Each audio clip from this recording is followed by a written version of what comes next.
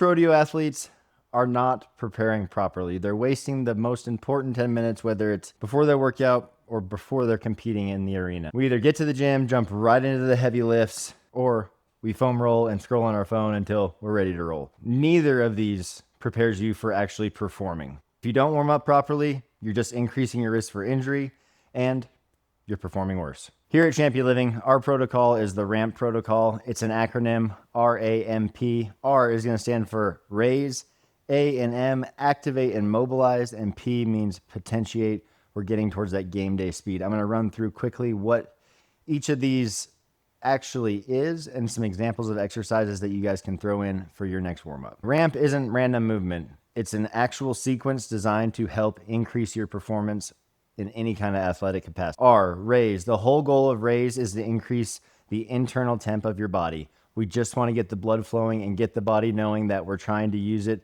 for activity. Activate and mobilize. This phase we run together. This is going to focus on activating the muscles that we're going to use either in the workout or in the arena, and then we're going to take them through that full mobility, get them working in that full range of motion. And lastly, potentiate. We're getting as close to game speed as we can. We want to focus on maximizing the power that our body is outputting during these exercises and get it ready for competition. Big thing to remember, do not skip the steps. They are in sequence for a reason. Don't leave performance on the table for something silly like not following the sequence of a warm-up. First phase here, R, raise. This is to get the motor running, to get the blood flowing. So something we recommend is set 2 minutes on the clock, set the timer for 20 seconds work, 10 seconds rest, or if you just have a regular old stopwatch, you're going to work for 20 seconds and rest for 10 seconds. During these time frames, exercises that are great for this, jumping jacks, jump rope, burpees, jogging in place, high knees, anything like that. Just remember, it's not a sprint, it's not conditioning. It is meant to get your body primed to start moving into that activate and mobilize phase. Biggest piece of advice for the raise portion of this warm-up is you should be warm. You should not be tired or exhausted. All right, activate and mobilize. As rodeo athletes, we are constantly in a state of extension and having to rotate or fight rotation. So we want to focus on activating things like our anterior core, scaps, shoulders, anything that stabilizes our upper body, hamstrings, hips, everything that's going to correlate to riding in the arena. These are not random stretches or static stretches that you're just holding your leg up on a fence or anything like that. We want to make sure that we're moving through the full range of motion on the mobility and we're activating through exercises that are going to get those muscles firing.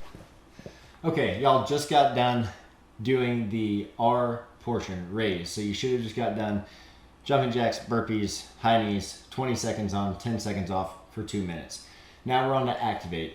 I talked about some of the exercises, dead bug being the first one. So some things I want us to focus on here. We're going to get into a supine position here. So that means flat on our back, knees are bent here, arms will be in straight up above me, like I can clap my hands together. Some things I want you to focus on is not allowing this rib cage to flare. We want to take our lower back and squeeze that to the ground and really secure it here, okay? So for this exercise, our same arm and same leg will be working together. I'm squeezing my shoulder blades into the ground, I'm squeezing that lower back into the ground, and my right arm and right leg will extend together.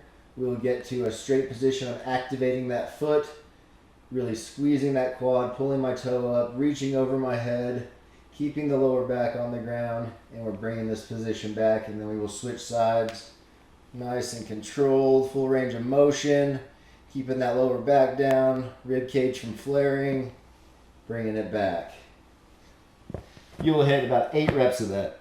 You're going to hit 8 reps of the deadlift per side. Next, glutes. So, great exercise here is a glute bridge with an alternating hold. So how this works is shoulders are going to be laying flat into the ground. I'm going to squeeze my core down as well. I'm going to be pressing through my feet and my heels. I'm going to press those hips up. Notice there's a straight line from my knee to my hip to my shoulder here. I don't want this down. I don't want to be arching my back. I want to lock those rib cage down, squeeze my glutes, squeeze my core, press into the ground. And I'm going to keep pressing and lift this leg up and flex. Bring it down. That is 1 rep. You will do 8 reps of that. So again, coming up, pressing through the ground, squeezing those glutes, squeezing that core down, keeping those hips up, straight line still from the knee to the hip to the shoulder, activating those glutes individually, coming back down. Then I talked about our glutes. We're going to talk about scaps, shoulders, everything stabilizing our thoracic spine.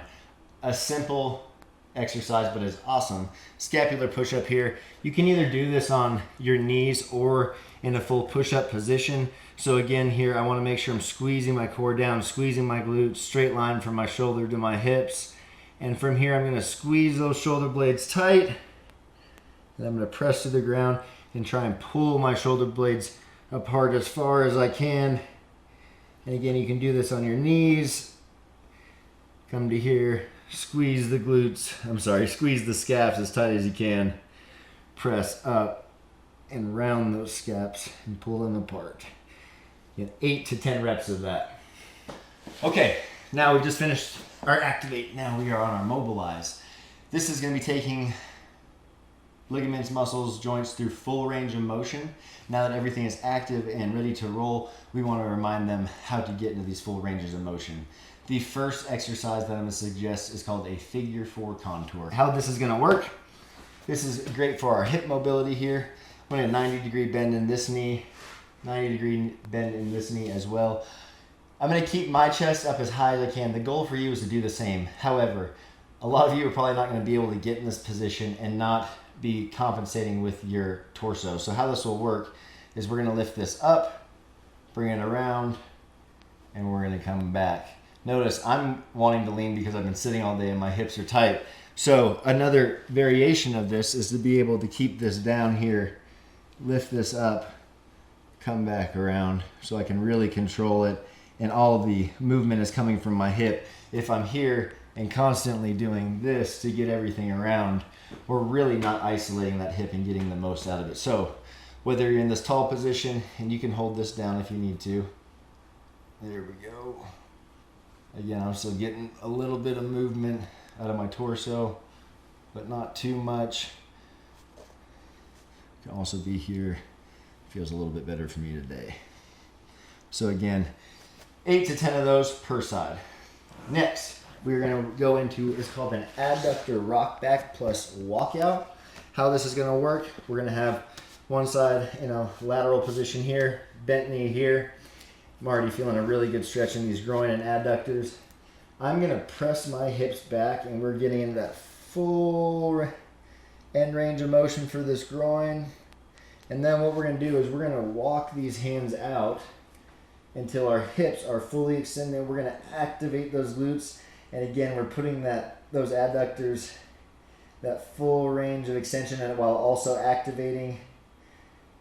And we're going to go ahead and just walk on back. Sit back into this. It's a good stretch through my adductors and groins. You can sit back in here for 3 or 4 seconds, walk back out. You're going to squeeze and activate. It's going to light you up pretty good. And we're going to go back. You get 8 to 10 of those per side as well. All right, thoracic spine. Between the shoulder blades, one of my favorite exercises to do, and one of the most simple exercises to do here, is called a thoracic rotation. So we are in a quadruped position here. I'm going to have one hand come behind my back of my head, and from here, notice I'm not allowing my ribs to flare again or my back to sway. I want to stabilize everything, squeeze my glutes, and from here I'm going to try and touch my elbow to this wrist. And while I'm doing this, my shoulder blades are pulling apart, and I'm going to press my arm through the ground, keep pressing and keep looking, and squeeze those shoulder blades as tight as I can. And again, we'll bring it back to this wrist, and we will try and squeeze those shoulder blades as tight as we can. Again, 8 to 10 reps per side of that. Another great exercise for your hamstrings here is we're going to lay down. It's called an active straight leg raise. Again, very simple exercise. How this is going to work, again, I'm squeezing this core to the ground, tilting that pelvis. I'm going to activate these legs. One leg will come up, and we are just going to lift up as far as we can without allowing our hips to shift or this hip to come off the ground or anything like that. We want to keep driving that lower back into the ground, lengthening that hamstring. Full end range of motion for me. You can see I'm shaking a little bit. 1, 2, controlled down. Next one up. The goal is to have the heel come right to your kneecap, just past the kneecap of your other leg. A lot of y'all are probably not going to be able to do that immediately, and that's okay. You'll see that from rep 1 to rep 10, you will get more range of motion by that 10th rep. But very important to get these hamstrings activated and mobilized. All right, lastly, potentiate. We're getting to the game speed. Some of the exercises that I listed. Side lunge to balance. So how this is going to work. We are going to get into this side lunge position. And when we come up, I should actually be like this.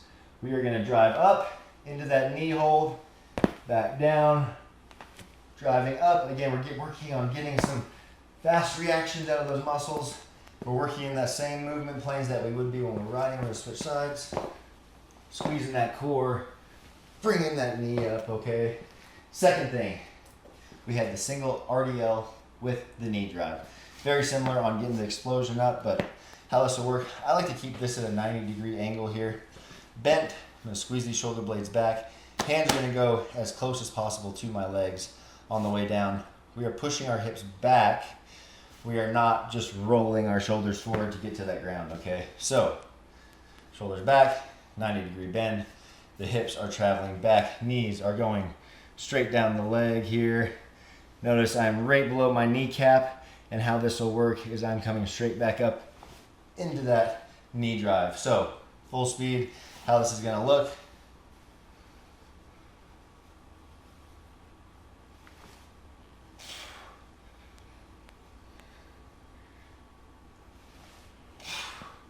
Okay, switch legs. Nice and tight in that core, engaging everything when you bring it up. Vertical jump. Trying to get some explosiveness in these legs. Get the full body connecting. Okay, this is the same exact movement as bareback riding. When you are setting your feet, if you just shifted the plane of movement, that's what a jump squat is. So from here, again, we're gonna load everything, load this posterior chain, load these hamstrings and glutes. We don't wanna drive those knees forward or let them come in. We wanna drive hips back, pressing out. We're loading with those arms, and we're getting this max extension, ankles, knees, hips, thoracic, and torso. Okay, so how this is gonna look is, right here, we're loading, max effort jump, okay? So, reset, it's not for speed, it's for power. 5 reps of these. You can take 10, 15 seconds in between reps. We just want to remind the body that we're about to go full speed and it is game time. So again, loading, resetting, okay? For each of these in the potentiate phase, 3 to 5 reps. 5 to 15 seconds between each rep. It's time to roll after that.